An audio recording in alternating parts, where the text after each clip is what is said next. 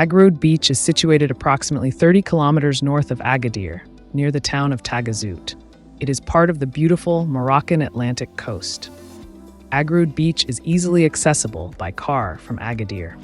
There are also public transportation options, such as buses and taxis, available.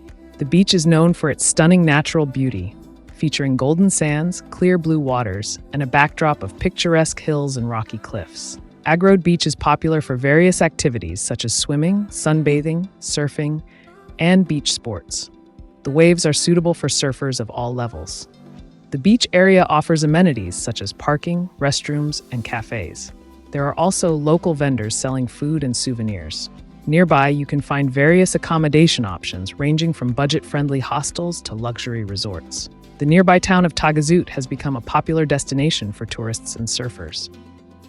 The region enjoys a mild climate year-round, with warm summers and mild winters, making it an attractive destination for beachgoers at any time of the year.